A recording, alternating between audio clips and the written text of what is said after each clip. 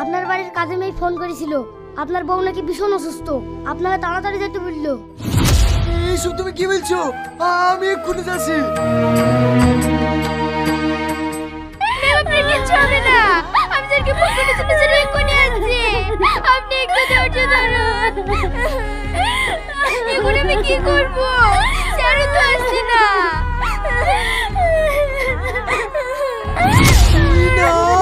তোমার কিচ্ছু হবে না, তুই না, আমি তোমাকে কিচ্ছু হতে দেবো না। আমি তোমাকে এক্ষুনি হাসপাতালে নিয়ে যাচ্ছি।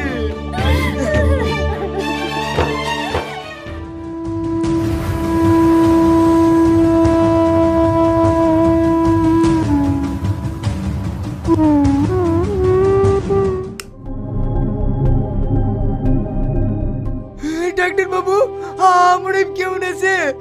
আমার ওয়াইফ সুস্থ আছে তো? হ্যাঁ, আপনার ওয়াইফ সুস্থ আছে, কিন্তু আপনার বেবিকে আমরা বাঁচাতে পারলাম না। আপনার ওয়াইফ পড়ে যাওয়ার ফলে বেবিটা মায়ের গর্ভেই মারা গেছে।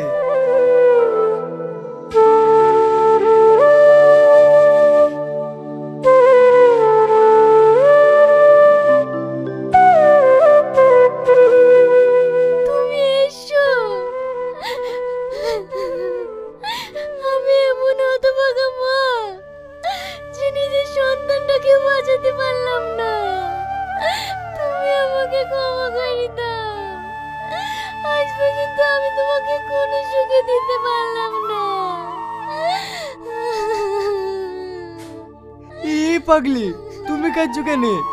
আমাদের বড় মেয়ে আছে না, আমরা সারা জীবন অখিলেই খুশি থাকবো।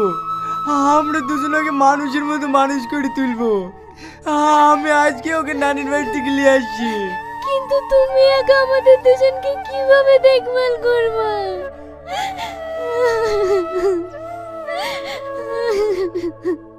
সে নিয়ে তোমাকে ভাবতে হবে না, তুমি চুপ করো তো।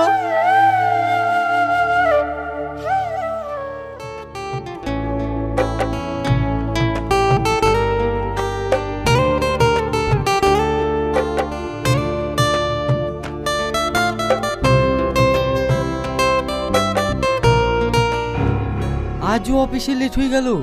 শোনা, তোমরা সাবধানে থেকো, আমি আসছি।